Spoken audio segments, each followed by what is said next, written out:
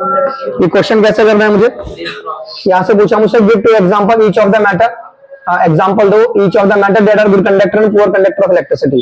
तो जो good conductor होते हैं इलेक्ट्रिसिटी की, गुड कंडक्टर जो होती है इलेक्ट्रिसिटी की कौन सी मेटल है, तो इलेक्ट्रिसिटी की गुड कंडक्टर होती है that are good conductor and poor conductor of heat, sorry electricity की नहीं हीट की।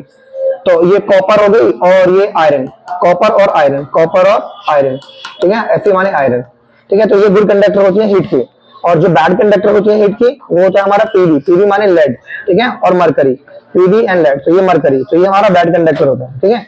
तो गुड कंडक्टर जो होती है हमारी वो होती है कॉपर और आयरन, और जो बैड कंडक्टर होता है वो होता है लीड एंड मरकरी। तो क्वेश्चन में पूछा था दो एग्जांपल बताओ मेटल के जो गुड कंडक्टर बैड कंडक्टर है, तो गुड कंडक्टर कॉपर आयरन और बैड कंडक्टर हो गया हमारा mercury and lead. Name one metal and one non metal, एक ऐसे मेटल बताओ, देखो नेक्स्ट क्वेश्चन देखो, एक ऐसी मेटल और एक ऐसी नॉन मेटल बताओ जो लिक्विड होती है एट रूम टेम्परेचर पे।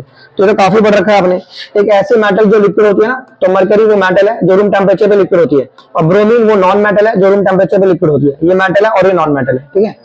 और दो ऐसे मेटल बताओ जिनके मेल्टिंग पॉइंट कम होते हैं इससे, तो आपने पढ़ा था गैलियम और सीजियम, ठीक है, गैलियम और सीजियम, GALLIUM गैलियम, ठीक है, गैलियम और सीजियम CAESIUM। तो गैलियम और सीजियम ऐसे दो मेटल्स होते हैं जिनके मेल्टिंग पॉइंट काफी लो होते हैं, ठीक है। तो लो मेल्टिंग पॉइंट वाली मेटल से होती है, ठीक है। और एक ऐसी मेटल जो लिक्विड होती है वो मरकरी है, और एक ऐसी नॉन मेटल जो लिक्विड होती है वो ब्रोमीन है, ठीक है। तो इसका आंसर ये है। नेक्स्ट क्वेश्चन देखिए, नेक्स्ट क्वेश्चन क्या है हमारे पास, एक एलिमेंट ए है जो पानी से रिएक्शन करके एक कंपाउंड बी बनाता है, ठीक है। एक एलिमेंट ए है जो पानी से रिएक्शन करता है, एक एलिमेंट ए है जो पानी से रिएक्शन करके एक कंपाउंड बी बनाता है, ठीक है। एक एलिमेंट ए है जो पानी से रिएक्शन करके एक कंपाउंड बी बनाता है जो व्हाइट वॉशिंग में यूज होता है। तो बच्चों व्हाइट वॉशिंग में यूज होने वाला जो कंपाउंड है ना वो CaOH का होल ट्वाइस है, जो व्हाइट वॉशिंग में यूज होता है, ठीक है। और कौन सा एलिमेंट है जो पानी से रिएक्शन करके इसको बनाएगा, तो वो एलिमेंट है कैल्शियम। वो कैल्शियम इससे रिएक्शन करके ट्वाइस ऑफ H2O से इसको बना देगा, CaOH का होल ट्वाइस प्लस के H2, प्लस के H2, ठीक है। तो एक एलिमेंट कौन सा है वो कैल्शियम है। तो कैल्शियम वो एलिमेंट है जो इससे रिएक्शन करके व्हाइट वॉशिंग में यूज होने वाला कंपाउंड बनाएगा। तो कैल्शियम है वो, तो कैल्शियम इस पानी से रिएक्शन करके ये बनाएगा। आगे देखो, कंपाउंड बी को जो हम हीट करेंगे तो एक ऑक्साइड बनेगा। तो कंपाउंड बी हमारा ये हमारा कंपाउंड बी है। तो कंपाउंड बी को आप हीट कर दो, ठीक है, COH के होल ट्वाइस को हीट कर दो आप, ट्रायंगल का मतलब हीट कर, हाँ जी, हीट करेंगे तो क्या बनेगा, इसको हीट करने से हमारा कैल्शियम ऑक्साइड बनेगा और प्लस के H2 बनेगा, ठीक है। तो इसको हीट करने से ऑक्साइड बनेगा, ये ऑक्साइड कैल्शियम ऑक्साइड है। और इसको मैं पानी से जब रिएक्शन करवाऊंगा ना, तो जब मैं इस कैल्शियम ऑक्साइड को पानी से रिएक्शन करवाऊंगा तो हमारे पास वो जो बी है वो वापस बन जाएगा, CaOH का whole twice with water with back B. तो ये बी हमारा फिर से वापस आ गया।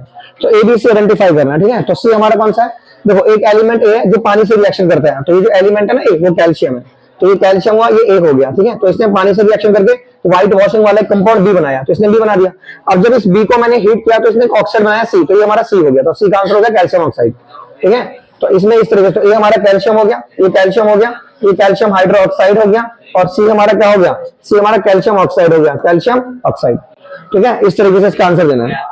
चलिए नेक्स्ट क्वेश्चन देखिए, एक एल्कली मेटल है ए जो एक कंपाउंड जिसका मॉलिक्यूलर मास इतना है और रिएक्टिव विद वाटर वो देती है। एक एल्कली मेटल ए है गिव्स अ कंपाउंड बी। देखो जब भी मॉलिक्यूलर मास 40 आता है ना तो आपका ध्यान जाना चाहिए सोडियम हाइड्रोक्साइड पे।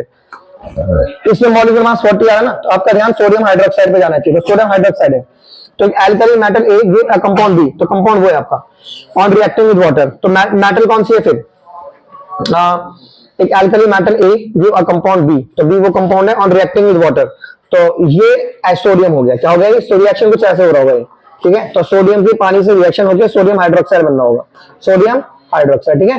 तो सोडियम हाइड्रोक्साइड बन रहा होगा एंड प्लस के ट्वाइस ऑफ H2 गैस बाहर निकल रही होगी। तो ये रिएक्शन कुछ ऐसे हो रहा होगा, ठीक है, प्लस के H2 गैस बाहर निकलेगी यहाँ पे। तो ये कंपाउंड बी आ गया on reacting with water. The compound B give a soluble compound C on treatment with aluminium oxide. तो वो कंपाउंड बी इसकी एल्युमिनियम ऑक्साइड से रिएक्शन करवा देंगे, ठीक है। एल्युमिनियम ऑक्साइड क्या होता है, Al2O3 एल्युमिनियम ऑक्साइड, ठीक है। तो Al2O3 हो गया एल्युमिनियम ऑक्साइड, ठीक है। तो यहाँ से क्या बनेगा हमारा, यहाँ से बनेगा NaAlO2 सोडियम एल्यूमिनेट प्लस के H2O सोडियम एल्यूमिनेट बन गया, ये बन गया सोडियम एल्यूमिनेट। तो ये जो कंपाउंड है ना, देखो इसने है ना, इसने इससे रिएक्शन करके क्या बना दिया, सोडियम एल्यूमिनेट बना दिया। तो हमें एबीसी को आइडेंटिफाई करना है। तो एक एल्कली मेटल ए है, तो ए हमारे पास क्या हो गया, सोडियम, ठीक है। और बी हमारे पास क्या हो गया, इसमें बी हो गया सोडियम हाइड्रोक्साइड, सोडियम हाइड्रोक्साइड। और सी हमारे पास क्या हो गया, सी हमारे पास क्या हो गया, compound B give soluble compound C. तो सॉल्युबल कंपाउंड सी हमारा ये सोडियम एल्यूमिनेट। तो सी हमारे पास हो गया NaAlO2 that is sodium aluminate, sodium aluminate. So this is the answer like this, ठीक है। देखो एक एल्कली मेटल है ना, तो एल्कली मेटल एक कंपाउंड बी देती है जिसका मॉलिक्यूलर मास उतना है, तो मॉलिक्यूलर मास 40 NaOH का होता है, तो इसका आंसर NaOH हो गया। द कंपाउंड बी जो है यानी जो NaOH है ये एक सॉल्युबल कंपाउंड सी देता है, ठीक है, जब इसे एल्युमिनियम ऑक्साइड से ट्रीट करवाते हैं तो एल्युमिनियम ऑक्साइड हो गया, एम्फोटेरिक ऑक्साइड है, सबको पता है, तो एम्फोटेरिक ऑक्साइड की जब इससे रिएक्शन कराएंगे तो सॉल्युबल कंपाउंड सोडियम एल्यूमिनेट हो गया, so this is your sodium aluminate. चलिए नेक्स्ट क्वेश्चन देखिए, give the reaction involve during the extraction of zinc from its ore. हमें जिंक को एक्सट्रैक्ट करना है उसके ओर से, हमें जिंक को उसके ओर से एक्सट्रैक्ट करना है, तो एक्सट्रैक्शन करना है हमें जिंक का, ठीक है, तो जिंक को ऐसे करेंगे, रोस्टिंग करेंगे उसकी, ट्वाइस ऑफ ZnS प्लस के थ्राइस ऑफ O2, ठीक है, तो ये रोस्टिंग कर ली, ट्वाइस ऑफ ZnO प्लस के ट्वाइस ऑफ SO2, ये रोस्टिंग होगी जिंक की। अब ट्वाइस ऑफ ZnO को हीट कर देंगे, ट्वाइस ऑफ ZnO को हीट करवा तो this will form twice of Zn plus के O2, तो ये इस तरह से बन जाएगा ट्वाइस ऑफ Zn। देखो ट्वाइस ऑफ, पहले रोस्टिंग मतलब ऑक्सीजन के प्रेजेंस में हीट करना, तो यहाँ पे ट्रायंगल लिख दो, हीट कर रहे हैं, तो ये जिंक का ओर है, जिंक ब्लेंड, तो this ore is zinc blende, तो ये जिंक ब्लेंड का हमने रिएक्शन करवाया O2 से, तो we will get zinc oxide plus SO2। अब इस जिंक ऑक्साइड को हीट करेंगे तो Zn प्लस O2 बन जाएगा। अब हमें कैल्सिनेशन करना है जिंक का, तो कैल्सिनेशन ऐसे करेंगे, ZnCO3 है ना, हम इसको ट्रायंगल लगा के हीट करेंगे तो ZnO प्लस के CO2 बन जाएगा, ये जिंक ऑक्साइड बन जाएगा। अब जिंक ऑक्साइड को हम हीट करेंगे तो दिस विल जिंक प्लस के O2, ठीक है, जिंक प्लस के O2। इसमें जिंक ऑक्साइड में ये वाला रिएक्शन देखो, इस जिंक ऑक्साइड की कार्बन से रिएक्शन करवा के इसे Zn प्लस के CO में कन्वर्ट कर लेंगे, ठीक है, इस तरीके से, तो ये कैल्सिनेशन हो गया। क्या हो गया ये कैल्सिनेशन, तो ये मत लिखो, इसमें रिएक्शन लिख दो। नेक्स्ट क्वेश्चन देखो, एक मेटल M है जो हाइड्रोजन को लिबरेट नहीं करती है एसिड से, एक मेटल M ऐसी है जो हाइड्रोजन एसिड से बाहर नहीं निकालती है, लेकिन वो ऑक्सीजन से रिएक्शन करके एक ब्लैक कलर प्रोडक्ट देती है, तो वो मेटल हमारी कॉपर हो सकती है, ठीक है। जो देखो सुनो, एक मेटल M है जो हाइड्रोजन लिबरेट नहीं करती है एसिड से वो हाइड्रोजन नहीं निकालती है, बट रिएक्ट विद ऑक्सीजन, लेकिन वो ऑक्सीजन से रिएक्शन करके ब्लैक कलर कंपाउंड बनाती है, identify M and black colour product and also explain the reaction of M with oxygen. एक मेटल M है जो हाइड्रोजन नहीं निकालती है एसिड से, okay, but react with oxygen to form black colour compound, तो कौन सी मेटल है ऐसी जो हाइड्रोजन नहीं निकालती है, तो वो तो मैग्नीज और मैग्नीशियम होती है, मैग्नीज और मैग्नीशियम हाइड्रोजन गैस नहीं निकालती है जब वो HNO3 से रिएक्शन करती है। एक metal M does not liberate hydrogen from acid but react with copper हो सकता है, इसमें ब्लैक कलर कंपाउंड जो होगा ना वो कॉपर ही होता है, ठीक है, तो इसमें कॉपर होगा, तो कॉपर की रिएक्शन होगी।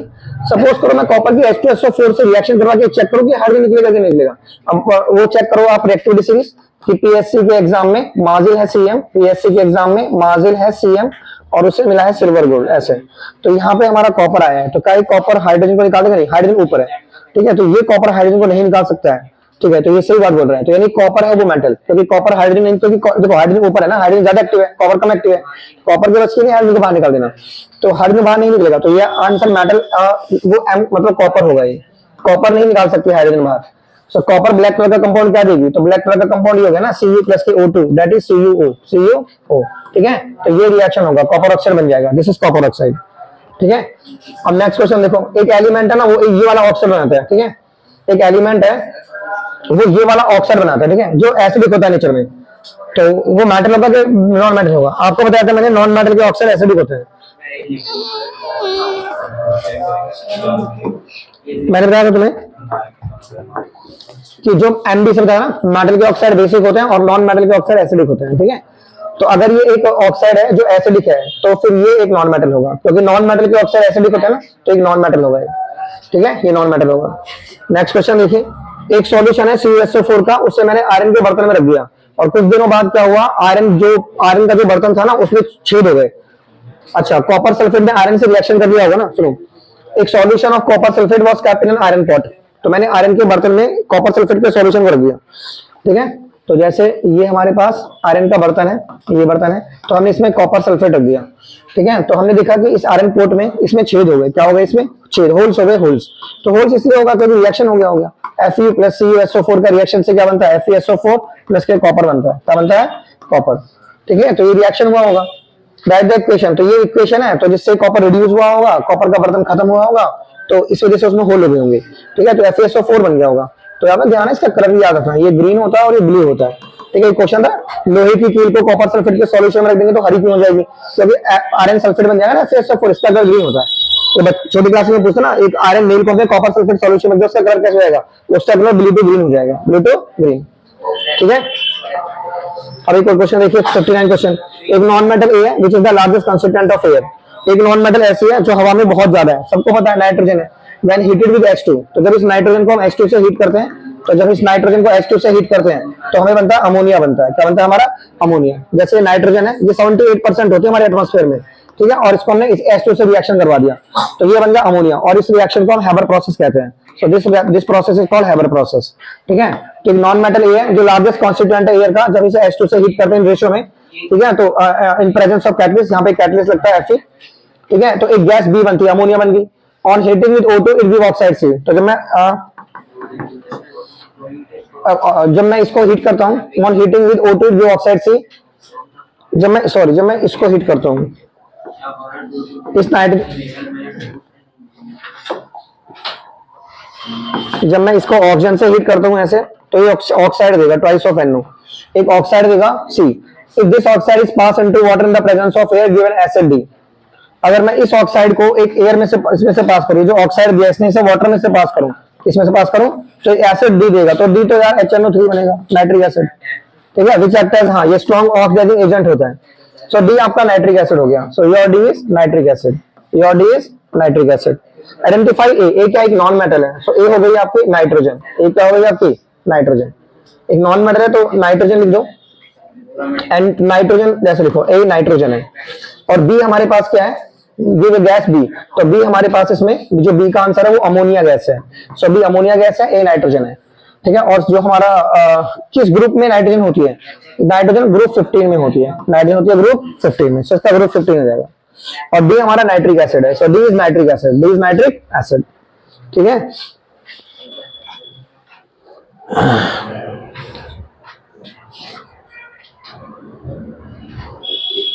चलो ऑफ कर दो।